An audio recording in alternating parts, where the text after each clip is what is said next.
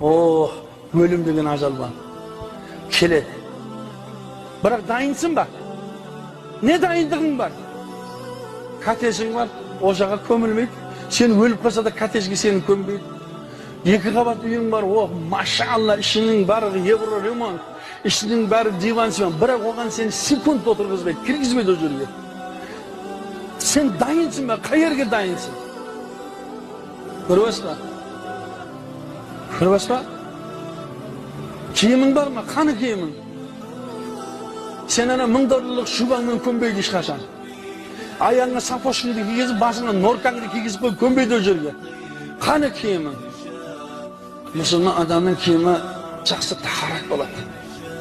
Жақсы тахарат, басқа масих тарту, аяқты жуу, бұның барлығы мұсылманның киімі болады. Сол киім дайын ба?